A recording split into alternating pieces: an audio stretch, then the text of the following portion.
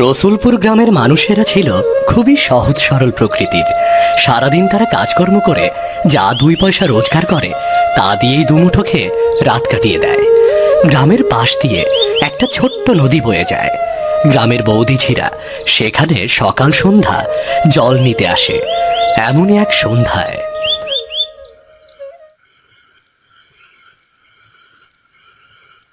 আজকে কাজ সেরে জল নিতে আসতে আসতে একেবারে সন্ধ্যা ঘোর হয়ে গেছে।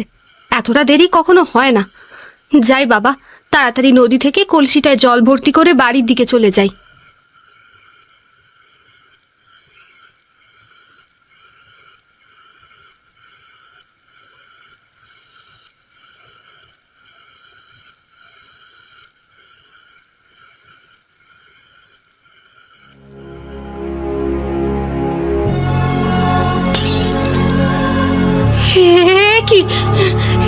কি আপনি?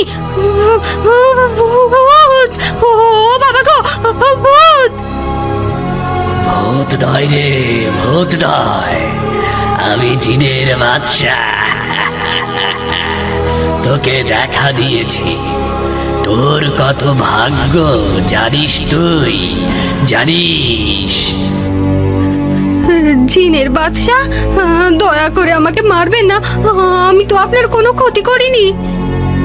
তুই যদি এখন আমার কথা মতো কাজ না করিস তাহলে তোকে আমার হাতে মরতে হবে, মরতেই হবে। বলুন জিনের বাদশা, আমাকে কি করতে হবে? আপনি যা বলবেন আমি তাই করব। তবুও দয়া করে আমাকে মারবেন না। কালকে আমি ঠিক এই জায়গায় আবার আসবো। তুই তোর বাড়ি ঘর আর জমি জমার দলিল আমার জন্য নিয়ে আসবি, কেমন? কিন্তু তা কি করে হয়? সবকিছু যদি আপনাকে দিয়ে দিই তাহলে যে আমাদেরকে পথে বসতে হবে। বুঝতে পেরেছি, আমি তোকে মেরে ফেলি, তুই এটাই চাস। ঠিক আছে, তোকে কোনো কিছু দিতে হবে না, আমি এক্ষুনি তোকে শেষ করে ফেলে দিচ্ছি।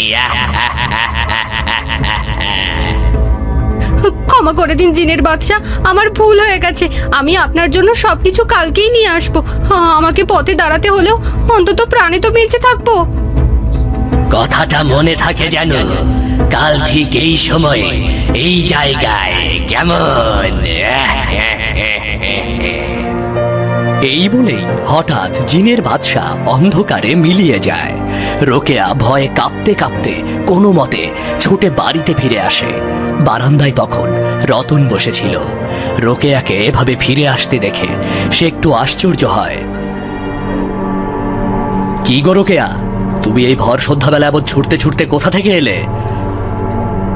জিনের বাদশা, ওগো জিনের বাদশা! রোকেয়া, তোমার কি হয়েছে বলো তো? কি সব উল্টো পাল্টা বলছো তুমি? শান্ত হয়ে এখানে বসে সবকিছু খুলে বলো, কেমন?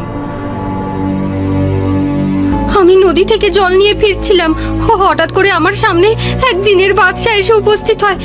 আমাকে সে মেরে ফেলতে চেয়েছিল। তারপর তুমি তার হাত থেকে কিভাবে বেঁচে ফিরে এলে? ওই জিনের বাদশা বলেছেন আমি যেন কালকে আমাদের বাড়ি ঘর আর জমি জমার সব দলিল নিয়ে ওই জায়গায় যাই। তাই বলে জিনের বাদশা জমির দলিল নিয়ে কি করবে? এত প্রশ্ন জিজ্ঞেস করো না তো। উনি যেমন বলেছেন আমরা তেমনটাই করব। তা না হলে তো আমাকে দুজনকেই ওনার হাতে মরতে হবে। বেঁচে থাকলে এমন জমি জমা আর বাড়িঘর পরেও করতে পারবো।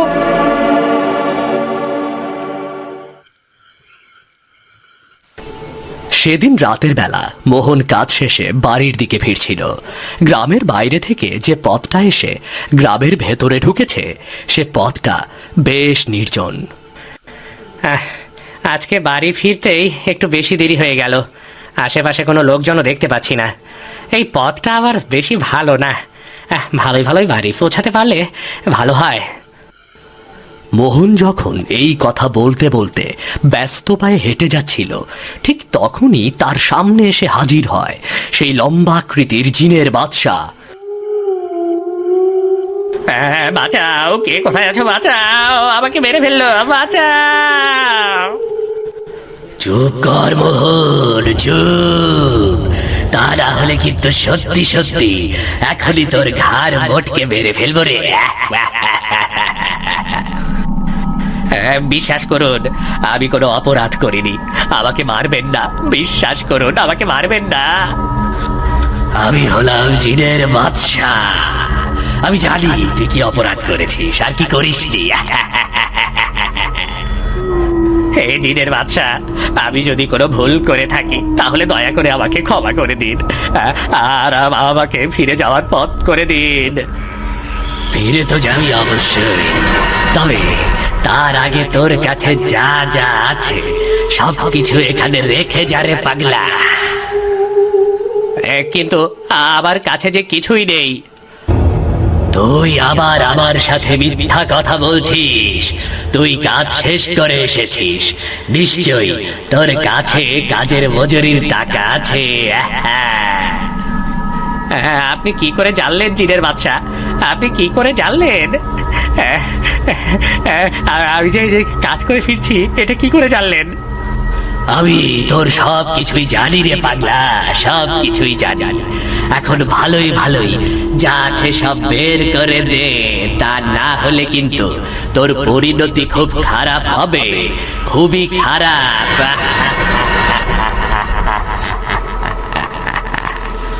জিনের বাদশার ভয়ে মোহন রীতিমতো কাঁপতে থাকে। অগত্যা আর কিছুই করার না পেয়ে সে তার কাছে যত টাকা পয়সা আছে সব জিনের বাদশার সামনে মাটিতে রেখে দেয়। এই তো ভালো ছেলের মতো একটা কাজ করলি রে পাগলা। এই জিনের বাদশা, হে আমার প্রভু, আমি তো আপনার কথা মতোই কাজ করেছি, এখন দয়া করে আমাকে যেতে দিন।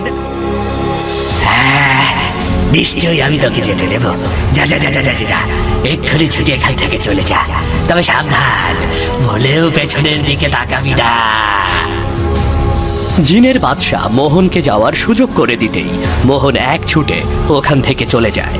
ভয়ে সে দ্বিতীয়বার পেছন ফিরে তাকালো না।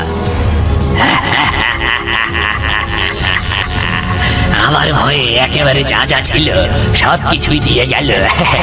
কাল থেকে গোটা গ্রামের ওপর জিনের বাদশার ভয় আরো জোরালো হবে। সবাই আমাকে প্রভু বলতে বাধ্য হবে। রাতে গ্রামের আরো কয়েকটা জায়গায় জিনের বাদশা হানা দেয়।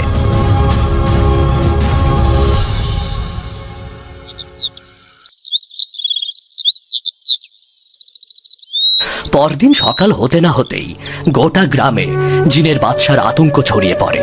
পুকুর ঘাটে বউ ঝিয়েরা জল নিতে গেলে এই বিষয়ে আলোচনা করে। আর বলো না সবিতা দিদি, আজকে রাতটা যে কিভাবে কাটলো সেটা তো শুধু আমিই জানি।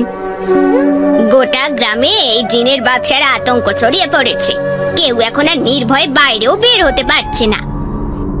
আরে শোনো না, কালকে রাতে আমি খাওয়া দাওয়া শেষ করে একটু বাইরে বের হয়েছি, অমনি দেখতে পাই সাদা পোশাক পরা একেবারে আকাশ ছুঁয়ে যাবে যেন এমন লম্বা ওই জিনের বাদশা।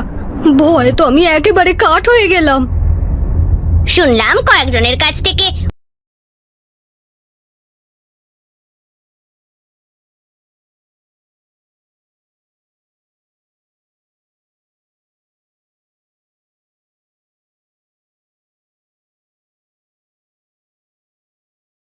আমি কিছুই বুঝতে পারছি না। শেষ পর্যন্ত এই জিনের বাদশার ভয়ে আমাদের এই গ্রাম না ছাড়তে হয়। চলো দিদি, আর কথা না বাড়িয়ে তাড়াতাড়ি জল নিয়ে বাড়িতে ফিরে যাই। এই সময় বাইরে থাকাটা খুব বেশি নিরাপদ না।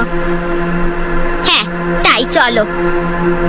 এই বলে মালতী আর সবিতা তাড়াতাড়ি নদীর ঘাট থেকে কলসিতে জল ভরে বাড়ির দিকে চলে যায়।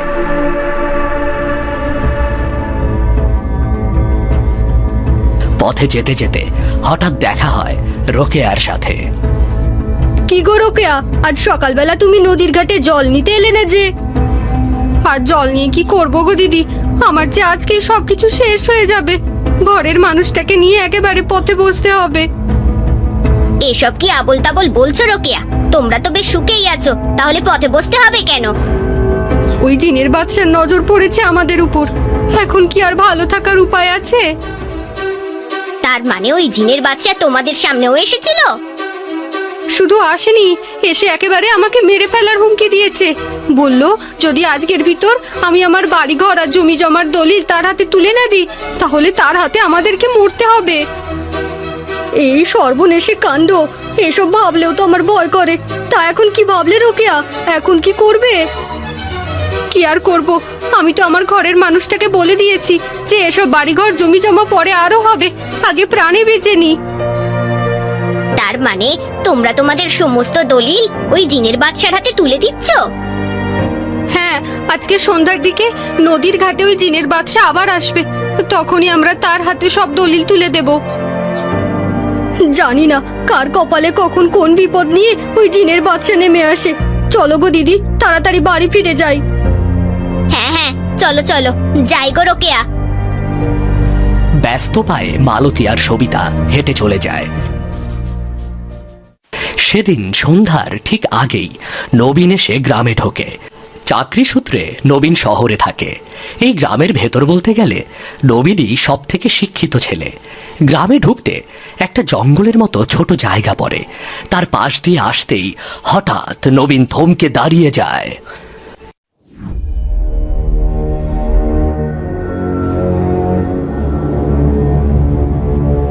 এই অন্ধকারে ওই ঝোপের পাশে মনে হচ্ছে দুটো লোক দাঁড়িয়ে আছে, কিন্তু এই ভর সন্ধ্যাবেলা তারা ওখানে বসে কি করছে?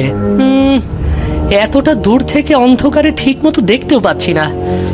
বিষয়টা একটু কাছে না গিয়ে দেখলে হচ্ছে না আমার কিছুতেই।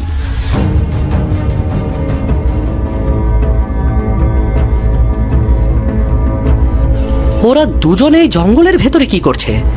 একজন তো আরেকজনের কাঁধে উঠে আছে। এই এই এই কারা তোমরা? এই ভর সন্ধ্যাবেলা এখানে কি করছো?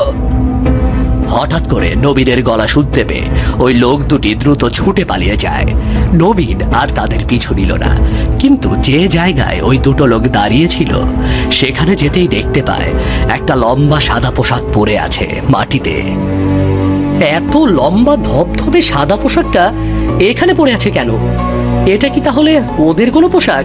কিন্তু একটা সাধারণ মানুষের পোশাক এতটা লম্বা কি করে হয়? আমি তো কিছুই বুঝতে পারছি না। ছাই যাক, হয়তো পাগল হবে, এই কারণে কোথা থেকে কি পোশাক কুড়িয়ে নিয়ে এসেছে। অনেকটা দেরি হয়ে গেছে, এবার বাড়ির পথ ধরি। নবীন আর দেরি না করে বাড়ির দিকে চলে যায়। এদিকে সন্ধ্যাবেলা আগের দিনের মতো জিনের বাদশা এসে নদীর ঘাটে উপস্থিত হয়। রোকেয়া আর রতনও তাদের জমি ও বাড়ির দলিল নিয়ে এসে হাজির হয়। তোরা তো দেখতে পাচ্ছি বেশ কাজের আছিস। গতদিন আমি যেমনটা বলেছি আজকে ঠিক তেমনটাই করে এনেছিস।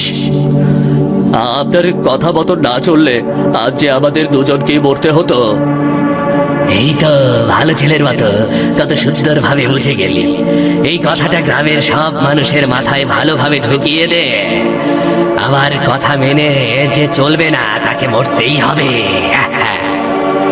হে জিনের বাদশা, আমরা তো আপনার কথা মতোই বাড়ি আর জমির দলিল নিয়ে এসেছি, এবার দয়া করে আমাদেরকে মারবেন না। ঠিক আছে, জমি আর বাড়ির দলিলটা আমাকে দিয়ে এখান থেকে সরে পড়, আর ভুলেও পেছনের দিকে তাকাবি না। জিনের বাদশার কথা মতো রোকে আর রতন তাদের বাড়ি ও জমির দলিল তার হাতে তুলে দেয়।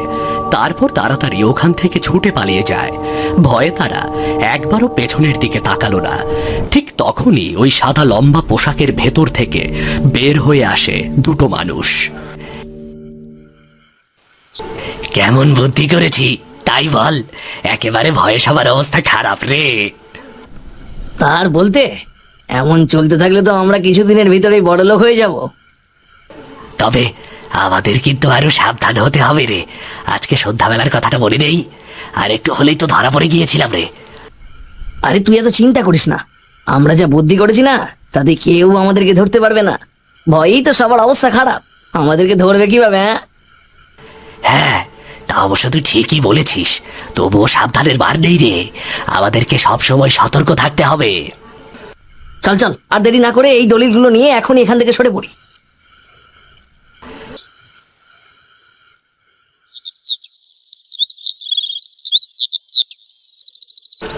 পরদিন সকাল হতেই নবীন গ্রামের দোকানে এসে বসে। কিছুক্ষণ বসতেই সে শুনতে পায় গ্রামের সবার মুখে মুখে ওই জিনের বাদশার নাম। তুমি তো অনেকদিন পরে গ্রামে এসেছো, তাই জানো না নবীন, ওই জিনের বাদশা বড় ভয়ঙ্কর। যার সামনে একবার ওই জিনের বাচ্চা পড়বে তার সব কিছু কেড়ে নিয়ে যাবে। কিন্তু তা কি করে হয়? একটা জিনের বাচ্চা মানুষের টাকা পয়সা ধন সম্পত্তি নিয়ে কি করবে? আজীব। এই কথা তো আর আমরা জানি না গো বাপু, ও আমাদের সাথে যেমন করেছে আমি তোমাকে তেমনটাই বললাম। আচ্ছা দাদা, বলো তো ওই জিনের বাচ্চা দেখতে কেমন? তুমি কি ওকে দেখতে পেয়েছিলে? একবার সন্ধ্যাবেলা আমার সাথে ওই জিনের বাচ্চার দেখা হয়েছিল, তবে ওর মুখ আমি দেখতে পাইনি। ও একটা সাদা লম্বা পোশাক পরা ছিল আর নিজেও ছিল অস্বাভাবিক রকমের লম্বা। আমি বোধহয় একটু একটু বুঝতে পারছি ঘটনাটা। শোনো দাদা, তোমরা আর ওই জিনের বাচ্চাকে ভয় পাবে না। শীঘ্রই গোটা গ্রামের ওপর থেকে আমি ওই জিনের বাচ্চার ভয় দূর করে দেব। নবীন, যা করবে একটু বুঝে শুনে করো। ওই জিনের বাচ্চা কিন্তু রতন আর রোকেয়াকে পুরো পথে বসিয়ে দিয়েছে। এমন কিছু করবে না যাতে আমাদের ক্ষতি হয়ে যায়। তুমি কোনো চিন্তা করো না দাদা, এবার ওই জিনের বাচ্চার পথে বসার সময় হয়েছে দাদা।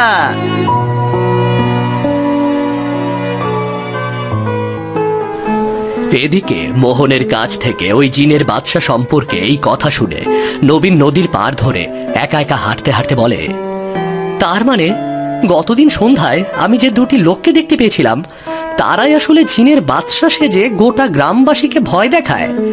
ঠিক আছে, আমার নামও নবীন, এবার আমিও দেখাচ্ছি ভয় কাকে বলে। ওই দুটোকে আমি এমন শিক্ষা দেব যে কোনোদিনও ভুলতে পারবে না। বেলা গড়িয়ে আস্তে আস্তে রাত নেমে আসে। নবীন তার বাড়িতে ওই জিনের বাদশাকে আটকানোর জন্য এক দারুণ ফাঁদ পেতে রাখে। তারপর জিনের বাদশার খোঁজে বেরিয়ে যায়। কিছুক্ষণ পরে ওই সাদা কাপড়ের আড়ালে বসে লোক দুটো দূর থেকে নবীনকে দেখতে পায়। ওটা তো মনে হচ্ছে ওই সেদিনের সেই ছেলেটারে, যে আমাদেরকে প্রায় ধরেই ফেলেছিল। এই গ্রামে এই একটা ছেলে বেশি শিক্ষিত, আর ওর হাতেই আমাদের ধরা পড়ার ভয় বেশি। আমরা তো এখন জিনের পোশাক পরা আছি, চল গিয়ে ওকে একটু ভরকে দেই। শুধু ভয় দেখালে হবে না, আজকে আমরা ওকে ঠকাবো, এমন ভাবে ঠকাবো যাতে ও আর এই গ্রামে থাকতে না পারে। হ্যাঁ, এটাই ভালো বলেছিস। ওই ছেলেটা না থাকলে আমরা তখন নির্ভয়ে আবার আমাদের কাজ চালিয়ে যেতে পারবো রে। এই বলে ওই নকল জিনের বাদশা হাঁটতে হাঁটতে নবীনের সামনে এসে দাঁড়ায়। তাকে দেখে নবীন রীতিমতো ভয় পেয়ে যাওয়ার ভান করে। দয়া করুন, দয়া করুন হে জিনের বাদশা, আমি আপনাকে চিনতে পারিনি। দয়া করে আমার কোনো ক্ষতি করবেন না, কোনো ক্ষতি করবেন না।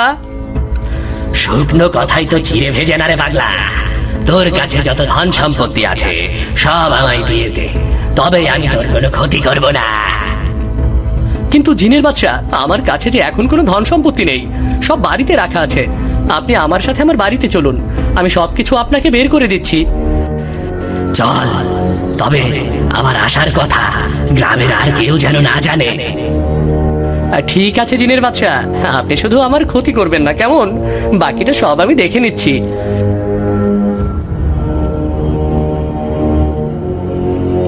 এই বলে নবীন ওই নকল জিনের বাদশাকে নিয়ে নিজের বাড়িতে আসে। তারপর একটা পথ দেখিয়ে নবীন বলে, হ্যাঁ জিনের বাদশা, এই পথে আপনি এগিয়ে গেলেই একটা বড় সিন্দুক দেখতে পাবেন। ওই সিন্দুকের ভেতরেই আমার সব ধন সম্পত্তি রাখা আছে। তুই এখানে দাঁড়িয়ে থাক, একদম আমার পেছন পেছন আসবি না। আমি গিয়ে সবটা দেখে আসছি, কেমন? আমিও তো সেটাই চাই। এই বলে ওই নকল জিনের বাদশা হাঁটতে হাঁটতে এগিয়ে যায় সামনে। কয়েক পা সামনে আগাতেই হঠাৎ একটা কলার খোসায় পা পিছলে সজোরে মাটিতে আছাড় খায়। ও বাবা গো, চলে গেল গো, ফুটে গেল গো, ছিঁড়ে গেল। এই মাটিতে নিশ্চয়ই এই ছেলেটা অনেক কাঁটা বিছিয়ে রেখেছিল, সব কটা আমাদের গায়ে ফুটে গেল। আছাড় খেয়ে এমনিতেই কোমরের হাড় ভেঙে গেছে মনে হচ্ছে, ভেঙে গুঁড়ো গুঁড়ো হয়ে গেছে। কি ভেবেছিলি গ্রামের মানুষদেরকে বোকা বানিয়ে অনেক টাকা পয়সা আর জমি জমা লুট করে নিয়ে যাবি? এত সহজ? ইতোমধ্যে চিৎকার চেঁচামেচি শুনে গ্রামের আরো বেশ কিছু লোক ওখানে জড়ো হয়ে যায়। নবীন সবাইকে সব খুলে বলে। এতে সবাই ওই দুটো লোকের ওপর ভীষণ ক্ষিপ্ত হয়ে যায়। এই ভণ্ড দুটো লোক নকল জিনের বাদশা সেজে আমাদেরকে ঠকিয়েছে, আমাকে বাড়ি ছাড়া করেছে, গ্রামের অসংখ্য মানুষকে ভয় দেখিয়েছে। তোমরা এখনো কি দেখছো? মারো এই দুটোকে, মারো। বলতে না বলতেই গ্রামের সমস্ত লোক ওই দুটো লোকের ওপর ঝাঁপিয়ে পড়ে। শেষে সবাই নবীনকে ধন্যবাদ জানায়। নবীনও গ্রাম থেকে এমন এক বিপদ দূর করতে পেরে অনেক অনেক খুশি হয়।